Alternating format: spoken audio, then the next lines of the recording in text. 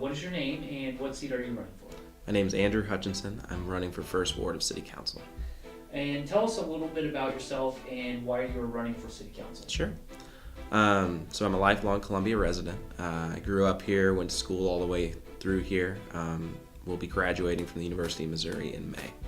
I chose to run for City Council because despite the lack of interest in my generation with city government, I worked in public housing for about a year at the Columbia Housing Authority.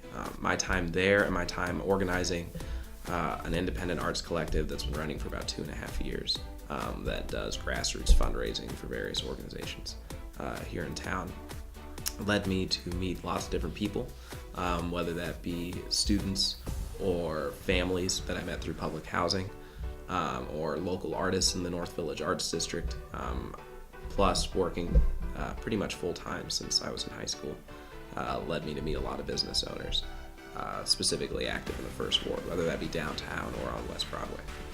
So when I met with these different communities, I kind of began to realize during my last year of work with the Housing Authority was that there were deep systemic issues in city government that I wanted to address, namely infrastructure, lack of affordable housing, and community policing.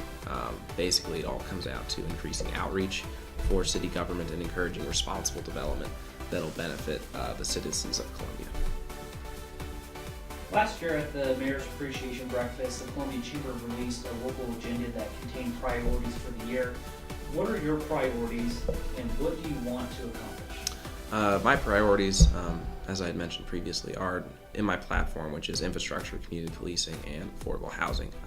But I would say if I had to name a top priority, it would be establishing a task force on affordable housing. I think the housing market in Columbia is rich and diverse, and there are a lot of different ways that it can be addressed. I like the ideas of the community land trust that has been recently established. I think that is a good step in the right direction for assisting low-income families from transitioning from renting to owning homes. I think owning homes is a good thing, but I think the way that Columbia is as a college town, there are people who are going to live here for 5 to 10 years but don't necessarily want to own a home. So encouraging a stable and transparent renting market that encourages smaller property owners to be able to actually turn a profit on their property and not be shut out by larger developers, but also ensuring that larger developers aren't price gouging and really taking advantage of folk.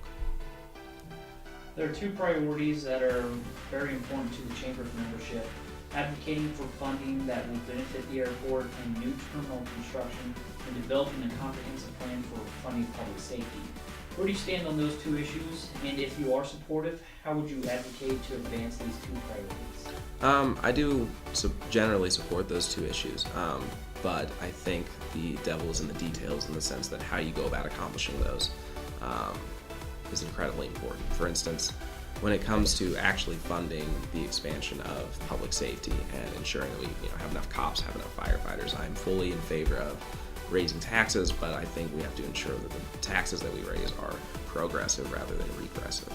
Sales tax increases generally, interestingly enough, you find a lot of businesses aren't for sales tax increases, but also a lot of poor folk aren't for them either. With the fact of the matter being that those taxes hit on the low-income families that their grocery bill jumps from $50 to $60, kind of a thing, when the sales tax increases keep going up and up and up. When it comes to funding the airport as well, I know that previously we've done occupancy taxes on hotels. I'm not necessarily against that, but I think we have to be careful. I've worked in hospitality for a long time, and what I found is that hotel taxes are generally viewed as almost like a luxury tax, in the sense that people think, oh well, Tiger Hotel is going to make people pay a little bit more when they come in for business. But there are a lot of people here who depend on hotels for short-term stays, and what that ends up being is it turns a $50 hotel room into a $57 hotel room, and when a family is having to find somewhere to stay for a week and a half, that drastically increases the cost of that stay. So I am in favor of both, but I think we have to be very careful with the taxes that we raise and the way that we address it, especially considering the fact that the city budget is going to be running into some issues in regards to lack of actual purchases happening here in the city and the expansion of online. I think we're going to have to become creative, and we're going to have to make sure that we're developing solutions that aren't hurting people who are already hurting in Columbia. Tell us one thing the general public might not know about you. One thing the general public doesn't know about me. Well, I am a lifelong resident. My father has owned a small business here for over 16 years. He owns a computer store over on the Business Loop. My mother's been a school teacher ever since I was a kid.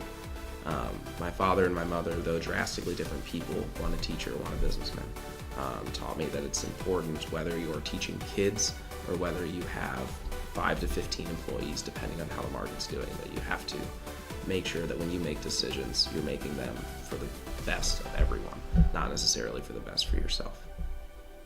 In closing, tell us why the voters should support you. I think in government right now, voters, if they want someone who's going to push for more social equity programs, push for someone who is going to be responsive, someone who will hold regular office hours, someone who will attempt to attend every neighborhood association meeting, and always be responsive to a phone call or an email, you should certainly vote for me. My goal is to make the city of Columbia, well, if I was elected, my goal would be to make the city of Columbia a more inclusive and equitable place where people could accomplish what they want to accomplish and not have ordinances that would prohibit their success.